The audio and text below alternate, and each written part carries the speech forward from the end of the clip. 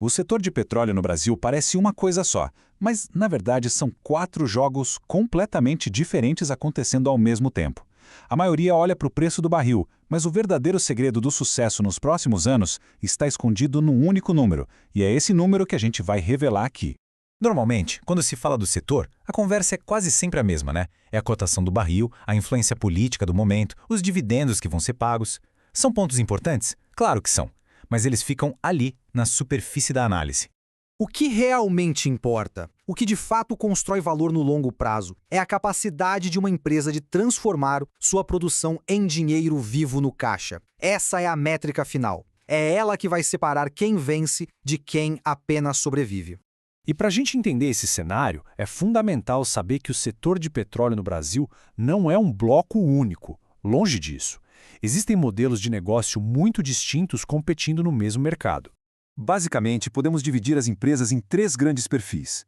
Primeiro, a gigante integrada, a Petrobras, com sua escala monumental.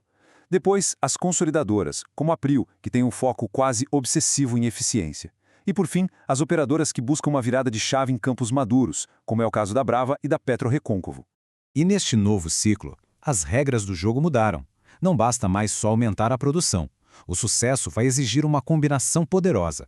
Crescimento, sim, mas com eficiência máxima por barril e um retorno que seja real, palpável para o acionista. Então, como é que a gente mede isso de forma objetiva?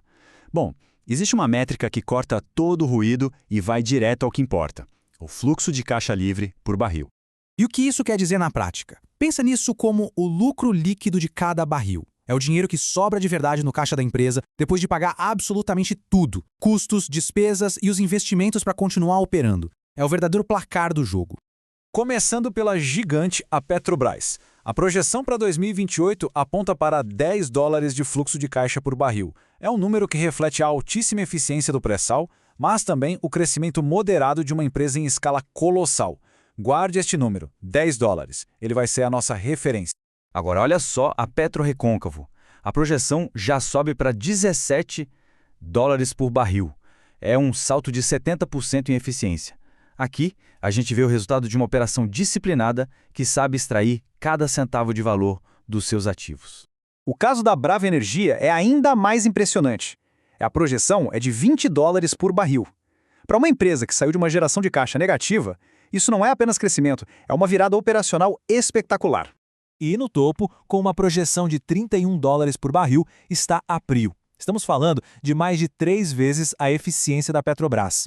É o resultado direto de uma estratégia agressiva de ganho de escala e diluição de custos. Colocando lado a lado, a diferença é gritante. Vemos claramente 4 patamares de geração de caixa. Embora todo o setor deva melhorar, a escala dessa melhora é o que de fato separa as empresas. A distância entre $10 e $31 por barril é um universo.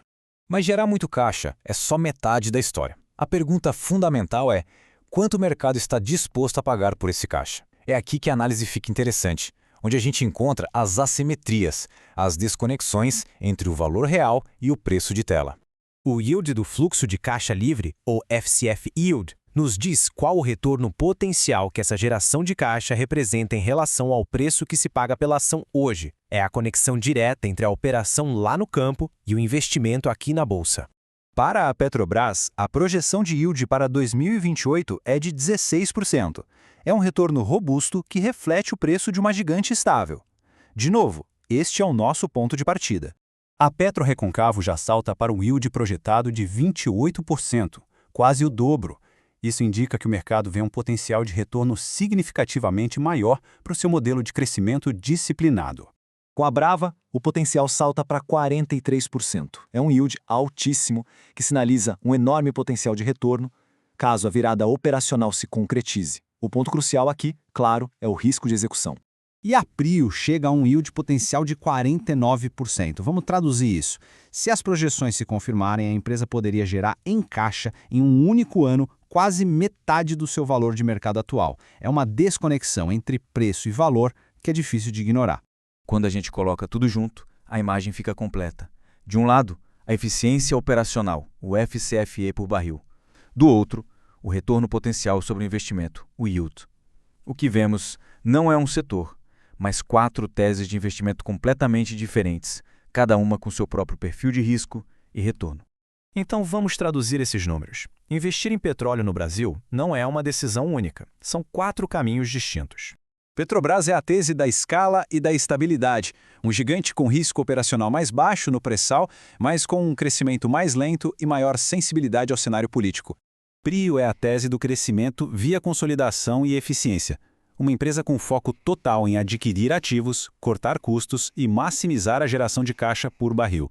Brava é a tese da transformação, o clássico caso de alto risco e alto retorno, onde o sucesso depende inteiramente da capacidade da gestão de executar uma virada operacional complexa.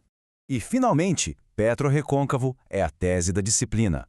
Um modelo de negócio onshore consistente, que oferece um crescimento mais previsível e com menor volatilidade operacional. Isso nos leva à lição fundamental desta análise. O que, afinal, cria valor real neste setor no longo prazo?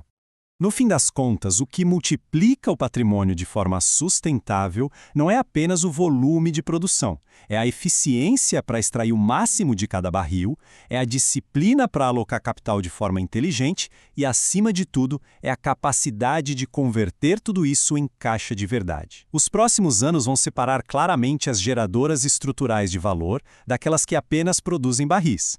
Se esta análise ajudou a enxergar o setor com outros olhos, inscreva-se no canal e deixe sua opinião nos comentários. Qual dessas teses faz mais sentido para a sua estratégia?